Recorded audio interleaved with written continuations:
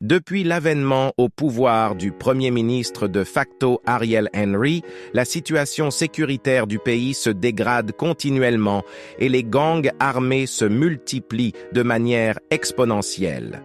Des massacres, raids et attaques armées sont enregistrés un peu partout, particulièrement dans les départements de l'Ouest et de l'Artibonite, les deux plus grands départements géographiques du pays en termes de superficie et de densité de leur population, ou même des zones jusque-là réputées résidentielles sont la proie d'événements sanglants. Depuis plusieurs mois, la police nationale d'Haïti fait montrer d'une grande impuissance à réagir face aux violences et détournements de plusieurs véhicules perpétrés par des gangs armés dans la capitale, Port-au-Prince, et ses banlieues, selon divers témoignages recueillis par l'agence en ligne Alter Press.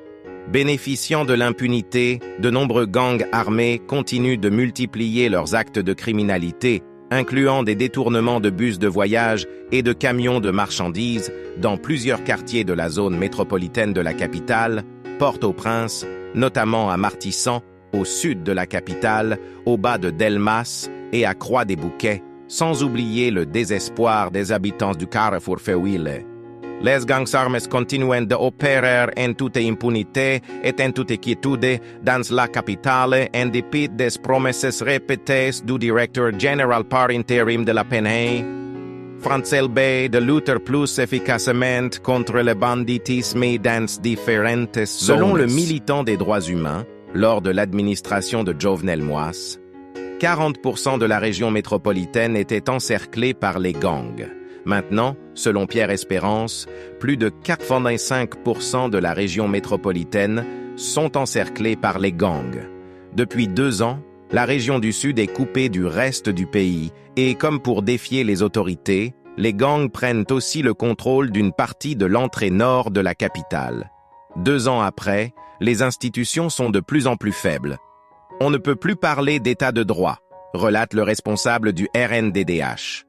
Selon l'Ordre des défenseurs des droits humains, ORDEH, dans un bilan sur la gestion de Ariel Henry, 2971 personnes ont été tuées de manière violente et 2515 cas de kidnapping.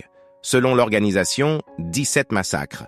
Canaan, Bel-Air, Cité-Soleil, Debussy, Thomassin, Solino, La Boule, Pernier, Plaine du Cul-de-Sac, Butte-Boyer, Lester, Petite-Rivière de l'Artibonite, Titanienne, Pétionville, Maïs-Gâté, Ravine-Pintade, Liancourt. Les assassinats et le kidnapping au pic, 3000 morts et 2000 enlèvements. En dépit de ce bilan catastrophique, il y a certains points positifs à mettre à l'actif du Premier ministre Ariel Henry. Sous l'administration du chirurgien, des efforts ont été constatés dans la collecte des impôts, notamment à la douane.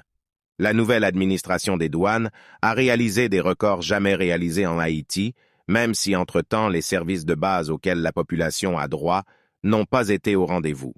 Ariel Henry, qui détient un pouvoir absolu, peut aussi se targuer de ne s'être pas laissé emporter par le vertige du pouvoir. Pas de répression politique sous Ariel Henry, pas de contestation non plus qui pouvait pousser les dirigeants à la répression. On ne sait toujours pas quand prendra la fin du mandat de Ariel Henry au pouvoir.